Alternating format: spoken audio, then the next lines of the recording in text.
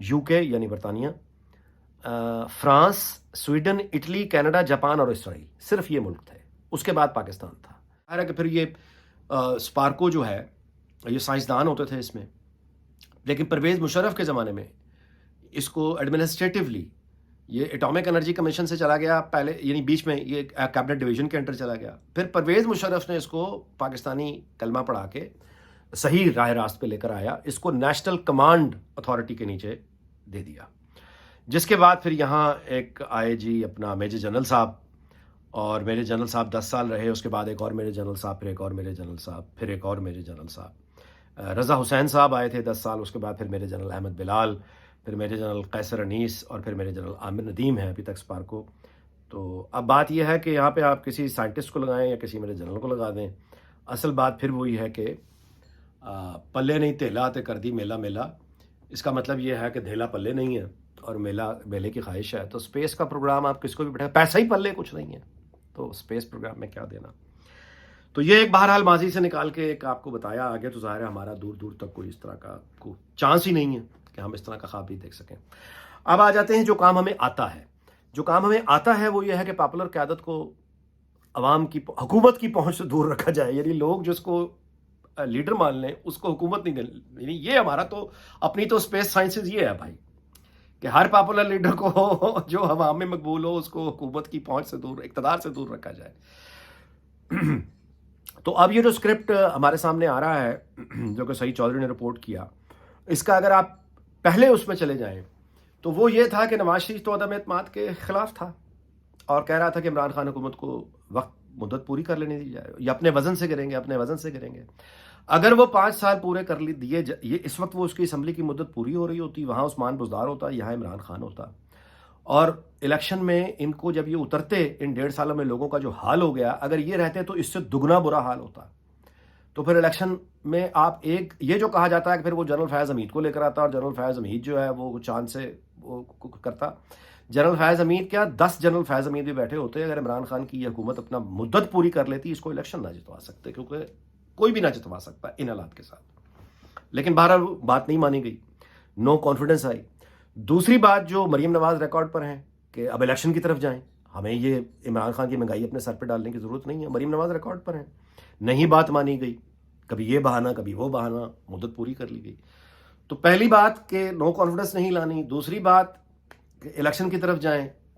اب تیسری بات یہ منوانے کا، یعنی حالات وہ پیدا ہو جائیں گے کہ ماننے کے علاوہ چارہ کوئی نہیں ہوگا. وہ یہی اب نظر آ رہا ہے کہ آگے شہباز شریف ادھر آئیں گے مرکز میں، اور حمزہ شہباز ایکٹیو ہو گئے ہیں پنجاب میں. تو عمران خان کے بارے میں یہ کہنا کہ وہ ایک مقبول آدمی نہیں رہا، یہ تو کہ ہم کو کہ جنت میں رہتا ہوگا نا یہ آدمی جو بات کرے گا. ایک بہت پاپولر لیڈر ہے وہ.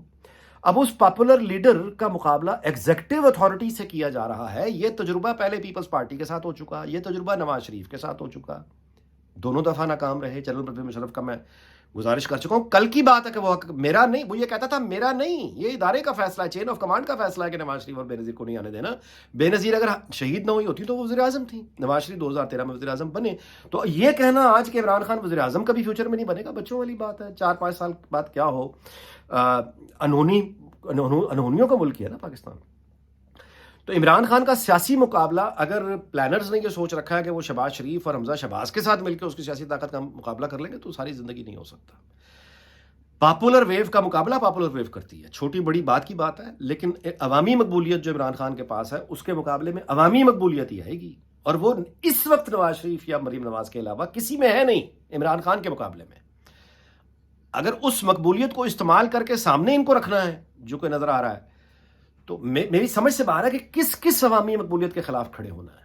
یعنی ہر عوامی مقبولیت کے خلاف کھڑے ہو گئے تو پھر آخر کار جانا کہاں ہے اور اس سے حاصل کیا کرنا ہے، میری سمجھ سے باہر ہے.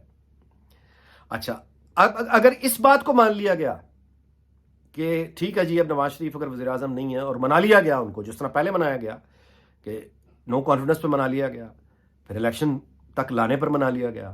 اب اگر آگے یہ منانا ہے کہ واپسی کا رستہ اس وقت تو کھلے گا، پہن نہیں ہے وہ واپس آ جاؤ، فی الحال باقی ذرا ٹھنڈے ہو، تو پھر آگے بائی الیکشن جب ایک دفعہ شہباز شریف وزیر اعظم منتخب ہو گئے، پھر بائی الیکشن میں پھر کیا ضرورت ہے. پھر اگلی جواب یہ آئے گا، اگلا پھر مرحلہ یہ ہوگا کہ چھڑ دو ریٹائرمنٹ ہی اللہ اللہ کرو بس.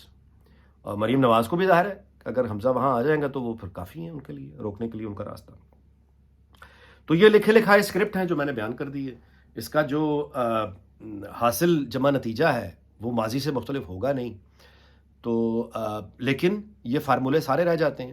جب نواز شریف نے واپس جانا ہے، مریم نواز نے واپس جانا ہے، نہ تو مریم نواز کی دلیری ختم ہوئی ہے، نہ مریم نواز کا چام ختم ہوا ہے، نہ مریم نواز کی جو کراؤڈ پولنگ، ان کی جو ایک پرسنالٹی ہے وہ بھی بالکل انٹیکٹ ہے، اور نواز شریف کا بہرحال اپنا ایک ویٹ ہے. یہ دونوں جب واپس جائیں گے تو پھر عوامی جو ووٹ بینک کا لہر ہے وہ ان کے ساتھ ہوگی. تو اس کے بعد پھر یہ اس موجودہ اسکرپٹ کے اندر اپنی گنجائش کیسے نکالتے ہیں، یہ امتحان ہے. جو سیاسی امتحان ہے ان دونوں کا وہ اب یہ ہے کہ ایک اسکرپٹ وہاں تیار ہو چکا ہے انہی کی پارٹی کو استعمال کر کے. سعید چودھری تک یہ خبریں کہاں سے آ رہی ہیں؟ حکومتی وزیر دے رہے ہیں نا. تو یہ جو اسکرپٹ بنانے والے ہیں یہ خبریں دیتے ہیں نا. تو یہ اب ان کی گیم ہے. اس کا مقابلہ نواز شریف اور مریم نواز نے سیاسی طریقے سے کرنا ہے، ظاہر ہے. تو وہ کرنا ہے. ابھی جب ان کی واپسی ہوگی تو یہ مقابلہ کریں گے. یعنی ایسا نہیں ہے کہ یہ پلیٹ میں سب کچھ رکھ کے دے دیں گے، یہ مقابلہ کریں گے. اس دعا کے ساتھ کہ ہم ان جھگڑوں سے کبھی نکلیں انتقال اقتدار کے. پاور کس کے پاس ہونی چاہیے، کس کے پاس نہیں ہونی چاہیے، تو پھر کبھی ہم بھی چاند پہ کوئی اپنا راکٹ بھیجنے کے بارے میں کوئی امید کر سکتے ہیں. اس دعا کے ساتھ کہ اللہ تعالیٰ پاکستان، اس کے تمام ہمسائیں، دنیا بھر کے ملکوں کو شاد اور آباد رکھے. آپ سے اجازت چاہتا ہوں. اگلے ویلاگ میں ملاقات ہوگی. اپنا خیال رکھیے گا. اللہ حافظ.